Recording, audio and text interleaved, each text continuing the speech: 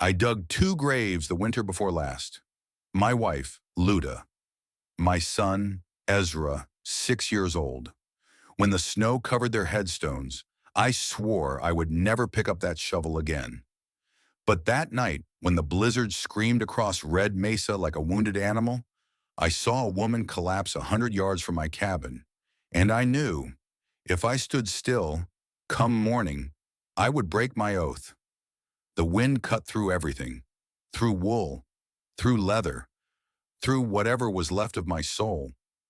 I had been standing on the porch for an hour, Winchester rifle in hand, watching the storm roll down from the frozen ridges. The sky had turned the color of gunmetal, and the snow fell sideways, sharp as broken glass. I had no business being outside, no reason to watch the trail. Nobody came to Red Mesa in winter. Nobody came to Red Mesa at all, not since the fever took everything I loved. But something made me stay. Call it instinct. Call it the ghost whispering in my ear. I saw movement on the slope below, a dark shape stumbling through the white curtain of snow. At first I thought it was a deer, wounded and lost. Then the shape fell, and I heard something that stopped my heart, a child crying. I was down the slope before I knew my legs were moving. The snow came up to my knees and the wind tried to push me back, but I kept going. 30 years ago, I marched through Georgia with Sherman. I survived Shiloh when half my regiment died in a single afternoon. A little snow was not going to stop me. The woman lay face down in a drift, one arm wrapped around her swollen belly, the other clutching a small girl to her chest. The child was maybe 4 years old, her face buried in her mother's coat, her tiny body shaking with sobs. I knelt beside them. The woman's lips were blue, her breath shallow. She was young, mid-20s at most, with dark hair matted with ice and skin the color of copper. Half Apache, I guessed. Maybe more. I reached down to lift her, and that is when I saw it. The necklace. A silver pendant hung around her neck, swaying in the wind. I brushed the snow away and saw the engraving. The letters D.A. above a small eagle with spread wings. My blood turned colder than the storm. I knew that necklace. I had been standing beside the man who bought it in a jewelry shop in Atlanta in the summer of 1864. He had spent 3 months' pay on it, saying he was going to give it to the woman he loved. Declan Ashford. We had served together in the 14th Illinois Infantry, Shiloh, Vicksburg, the March to the Sea. He saved my life at Kennesaw Mountain, pulling me out of a ditch while Confederate rifles cracked overhead. 3 months ago, they hanged him in Dalton for stealing from the railroad fund. I heard the news from a passing trader. I did not believe it then. I did not believe it now. Declan Ashford was many things, hot-tempered, stubborn, sometimes foolish. But he would rather die than take a single coin that was not his. I lifted the woman from the snow. She weighed almost nothing. The child clung to her mother's coat, too scared to let go. "Come on," I said, my voice rough against the wind. "Both of you. You are not dying on my land tonight." The cabin was small, one room with a stone fireplace and a bed I had built with my own hands. Animal hides hung on the walls. A rifle rack stood by the door. In the corner, on a hook. Aren't you afraid of getting into trouble because of me? I am afraid. I've lost enough to know what fear is. Then why? Hook I could not bring myself to remove hung my wife's dress, faded blue cotton. She wore it the last time I saw her alive. I set the woman on the bed and wrapped the child in every blanket I could find. The fire was low, so I fed it until the flames roared. The woman's eyes fluttered open, dark eyes wide with fear. She tried to sit up, gasping. "My daughter! Where is my daughter?" "By the fire, sleeping. She is safe." Relief flooded her face. Tears spilled down her cheeks. "Who are you?" she whispered. "Jedediah Hollister. This is my place." I pointed at the necklace. "Declan Ashford gave that to you?" She went rigid. Her hand flew to the pendant. How do you know my husband's name? I fought beside him for 3 years. He saved my life at Kennesaw Mountain, and I know he was no thief. For a long moment she said nothing. The fire crackled. The wind howled. They hanged him, she said finally. Her voice was hollow. 3 months ago. They said he stole $47,000 from the railroad fund. But Declan found out who really took that money, and they killed him for it. Who? Mayor Cornelius Marsh. I felt something cold settle in my chest. Not surprise. Recognition. 2 years ago, after the fever took my family, Marsh rode up to my cabin with an offer. He wanted to buy my land for 1/3 of its value. I told him no. He smiled and said I would regret it. I thought he was bluffing. Now I understood. Marsh did not bluff. He waited. The man who drove me here, the woman continued, Emmett Burke. He abandoned me on the trail. I walked to the window and looked out at the storm. Fresh hoof prints marked the snow near the barn. Someone had been watching my cabin. Someone who did not want to be seen. Town-forged horseshoes. Expensive. The kind only rich men's horses wore. Marsh knew she was here. I turned back to the woman. What is your name? Naylee Blackwood. My daughter is Kaya. I nodded slowly. Then I walked to the rifle rack and took down my Winchester. Get some rest, Mrs. Blackwood. Tomorrow we figure out how to keep you alive. The next morning I found more tracks in the snow. 3 riders this time, circling the property just out of rifle range. I spent the day fortifying the cabin. Boarded windows, stacked grain sacks behind the door, showed Nayeli how to load the 12-gauge shotgun. Point it at the chest, I told her. Do not aim. Do not think. Just squeeze. Little Kaya followed me everywhere. She did not speak much English, but she watched everything I did. When I sat down to clean my pistol, she climbed onto the bench beside me. Ashkey, she said, pointing at me. I raised an eyebrow. What does that mean? Nayeli smiled faintly. Boy in Apache. Boy, I muttered. I have been called worse. For the first time since she arrived, Nayeli laughed. A small sound, fragile as glass, but real. That night I stood on the porch watching the darkness. Nayeli came out and stood beside me. Why are you helping us? You do not owe me anything. I thought about the graves behind my cabin, about the dress still hanging in the corner. Declan saved my life once. I never got the chance to repay him. This is as close as I will ever get. She reached out and touched my sleeve just for a moment. Thank you, Mr. Hollister. Jed, I said. Call me Jed. Somewhere out in the darkness, men with guns were waiting. I checked my rifle. Whatever they were planning, I would be ready. They came on the 7th day. 5 riders appeared on the ridge just after sunrise. I counted them through the gap in the boarded window. 5 men, 5 horses, 5 rifles glinting in the morning light. The one in front sat taller than the others. Even from 100 yards, I could see the scar. You used to have a family, right? Yes, I used to. I'm sorry, I shouldn't have asked. It's all right. Silence is what kills. Ask away so I can remember I once lived. That ran across his face, from his left temple to his chin. Virgil Thorne. They said he smiled when he pulled the trigger. I stepped onto the porch, Winchester cradled in my arms. You boys lost, I called out. Thorne nudged his horse forward. Hollister, heard you took in a stray. Mayor Marsh would like her back in Dalton. Then Mayor Marsh can ride up here himself and ask. Thorne laughed. It was not a pleasant sound. That Apache woman is wanted for questioning about her husband's crimes.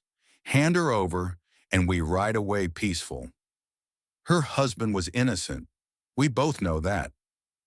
Behind Thorne, I spotted Emmett Burke, the man who left Nayeli to die in the storm. He saw me looking and grinned. Thought you should know, Thorne said. Burke here has been working for us from the start. We knew where your stray was headed before she ever left her tribe. Inside the cabin, I heard Nayeli's sharp intake of breath. She had trusted Burke. He had sold her out. Here is what is going to happen, I said. You are going to turn around and ride back to Dalton. Tell Marsh if he wants this woman, he can come get her himself. Thorne chuckled.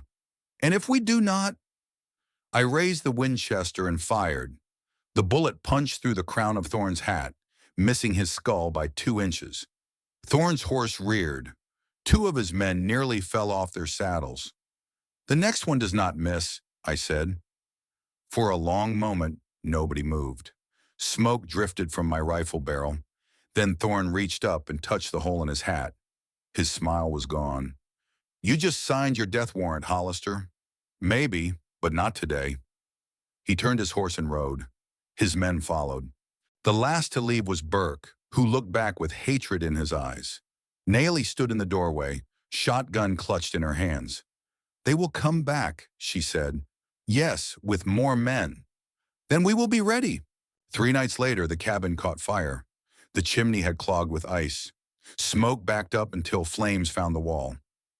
I woke to the smell of burning pine and Kaya screaming. The fire was climbing the logs. Smoke filled the room, thick and black. Nayeli, get out! She was on the floor, struggling to rise, her pregnant belly making every movement difficult. Kaya was frozen in the corner, her screams turning to coughs. I grabbed my coat, wrapped it around the girl, and ran. The cold hit like a fist when I burst outside. I set Kaya in the snow and turned back. Niley stumbled out behind me, half blind from smoke. I went back in. 20 minutes later, the fire was out. My beard was singed, my hands blistered, but the cabin still stood. Naley knelt in the snow, holding Kaya against her chest. When she saw me, she started to cry. You went back in. You did not even hesitate. I sat down beside her, trying to catch my breath. Seemed like the thing to do. She took my burned hand and held it gently. Declan would have liked you, she said quietly. The preacher arrived 2 nights after the fire. I heard the horse before I saw it, a single rider coming up the trail in the dark. I had my rifle aimed before he reached the clearing. Do not shoot, a voice called. I am Pastor Amos Whitfield. I mean no harm. He emerged from the shadows, a thin old man with white hair and a gaunt face. He looked like he had ridden a long way without stopping. Inside, by the fire, he told us everything. He had been there the night Declan died. He had watched Cornelius Marsh slip the noose around Declan's neck with his own hands. I was a coward, the pastor said, his voice breaking. I saw everything, and I did nothing. He reached into his saddlebag and pulled out a leather pouch. Declan gave me this before they arrested him. The real account books from the railroad fund. Every dollar Marsh stole is recorded here, in his own handwriting. Naley stared at the books like they were made of gold. This proves Declan was innocent. It proves Marsh committed murder, Pastor Amos said. If this reaches the federal court in Tucson, he will hang. I looked at the old preacher. Why bring it now? He met my eyes and I saw shame burning there. Because I am dying. The doctor gave me 6 months. I will not meet my maker with this sin on my soul. The baby came 4 nights later, in the middle of the worst storm of the year. Nayeli had been in pain. Don't tremble. Guns don't like trembling men. Yeah. I've never held one before. Hold one today so you won't have to beg anyone for mercy tomorrow. Since morning. By nightfall, the contractions were coming fast. It is too early, she gasped. 2 weeks too early. I had helped birth calves before, but never a human child.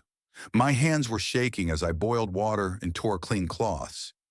Outside, the storm raged, and then I heard gunshots, not close, maybe 100 yards down the slope, but unmistakable. Thorne was back.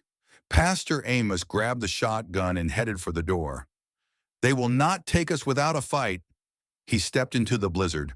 I heard him fire once, twice, then shouting, then silence. Niley screamed. I turned back to her. The baby was coming. There was no time. Jed, she gasped, clutching my arm. Stay with me. I stayed. The next hour was the longest of my life. Outside, gunfire crackled.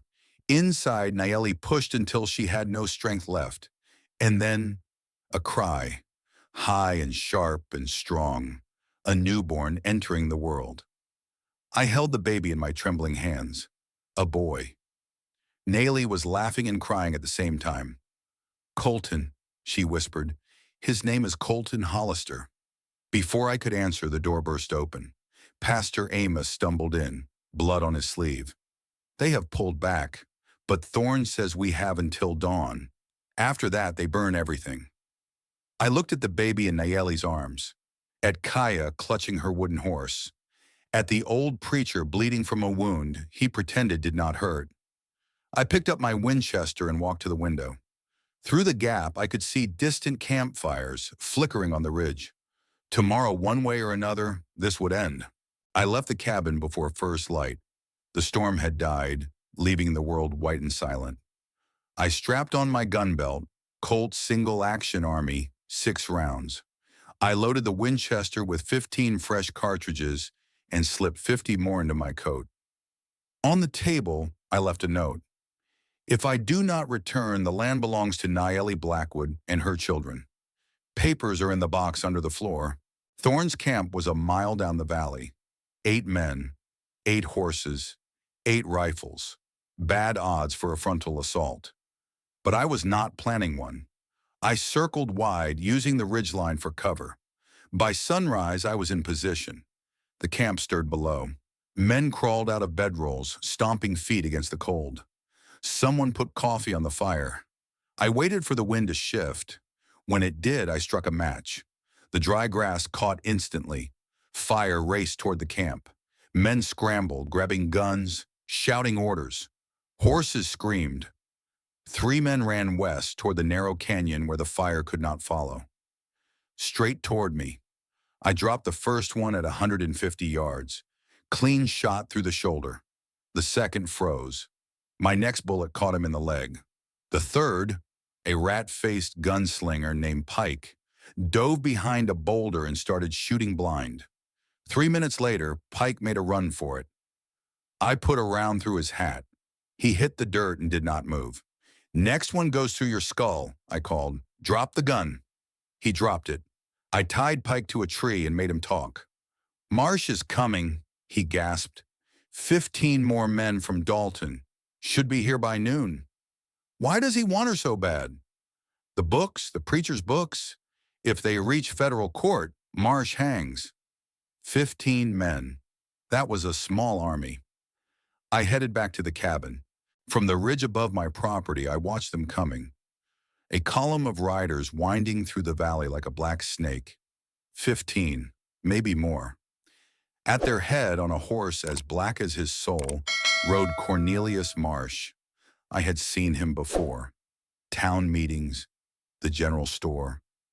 He always wore the same thing. Black vest, white shirt, expensive hat.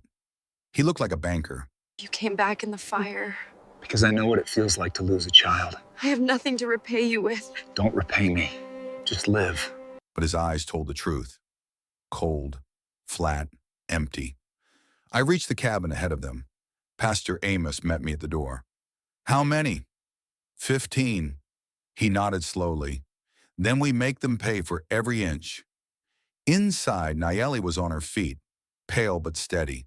The baby slept in a cradle I had built from scrap wood. Stay in the back room, I told her.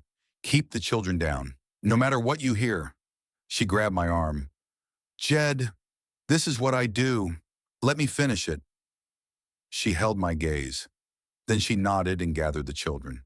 The rider stopped 50 yards out. Marsh sat his horse in the center. Hollister, he called, give me the preacher and the books. I will let you and the woman go free.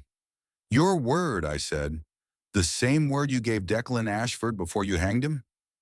Something flickered in Marsh's eyes. Ashford was a thief. He was my friend, and you murdered him. Marsh's jaw tightened. I am offering you a chance to walk away. Take it, or I burn this cabin with everyone inside. I raised the Winchester. Come and get them. The first shot came from Thorne. He had survived my ambush and circled back. The bullet punched through the cabin wall, spraying splinters. After that, chaos. Marsh's men charged from three sides. Pastor Amos's shotgun boomed. I fired until the Winchester was empty, then switched to the Colt. A bullet grazed my arm. Another punched through the window frame. Two men broke through the rear door. The pastor hit one in the chest. I shot the other in the shoulder. Through the smoke, I saw Emmett Burke, the man who betrayed Niele, running toward the back of the cabin where she was hiding with the children. I did not think. I moved. Burke saw me coming and raised his pistol. I was faster. My bullet caught him in the knee. He went down screaming. I stood over him. Colt aimed at his face. You left her to die in the snow. You sold her out to the men who killed her husband. Burke's face was white with pain and fear. Please, I was just following orders. So was I. I did not kill him. I wanted to. God knows I wanted to. But I had seen enough death for one lifetime. I pistol whipped him unconscious and moved on. The gunfire stopped. Smoke cleared. Bodies scattered across the snow. Horses without riders milled in confusion.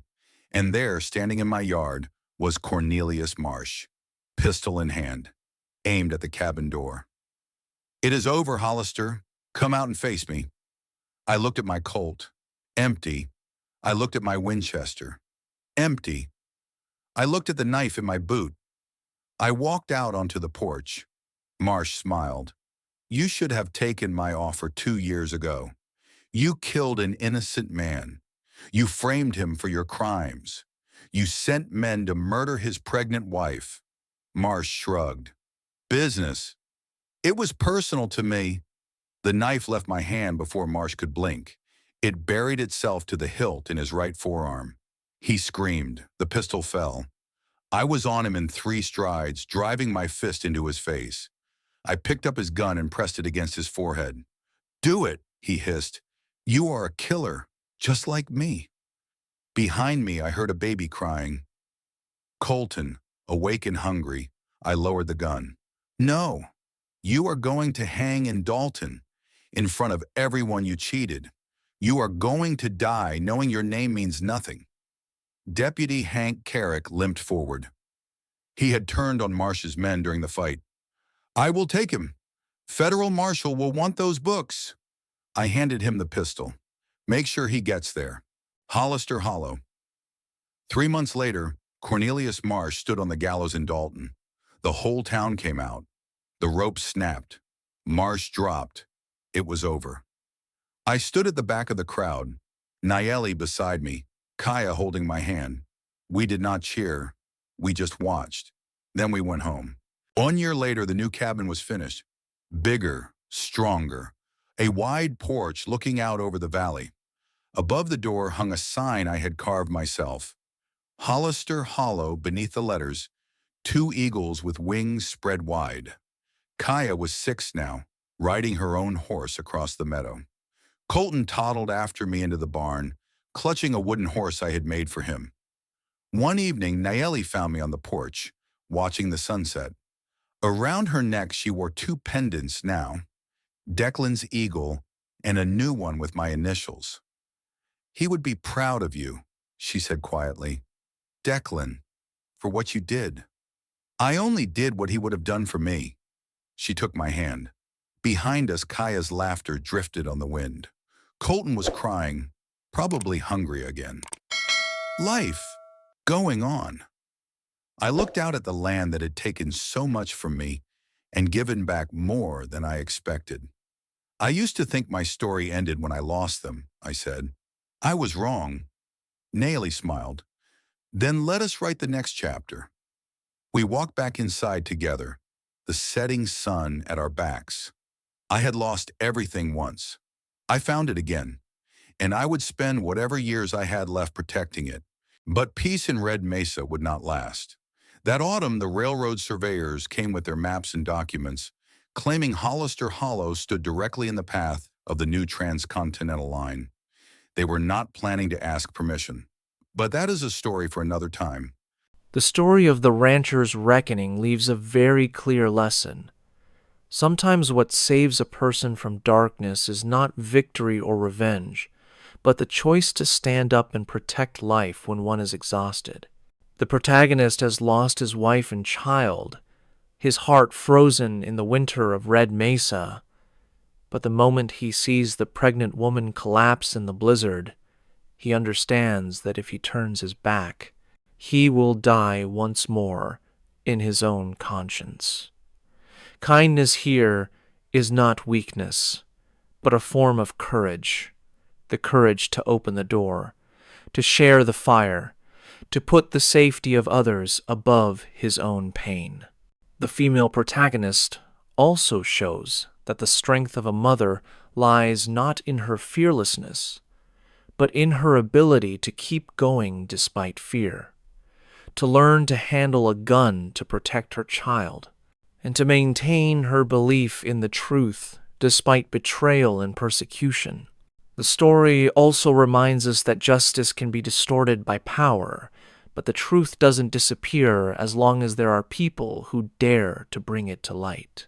The ledgers, the pastor's confession, and the protagonist's steadfastness transformed an unjust death into a just verdict, proving that evil is powerful because it is concealed, not because it is invincible. In particular, the ending shows that revenge isn't the only way to heal the wounds. The protagonist had the chance to finish off his enemy, but he chose to let him face trial before the community, because what he needed wasn't another life, but to restore the meaning of right and wrong. And then, from the ashes of the old house, a new home was built, not just with wood and nails, but with trust, protection, and kinship forged from strangers. The final lesson is, life may take everything away, but if we still have the courage to protect another, we can still find a reason to live and write a new chapter.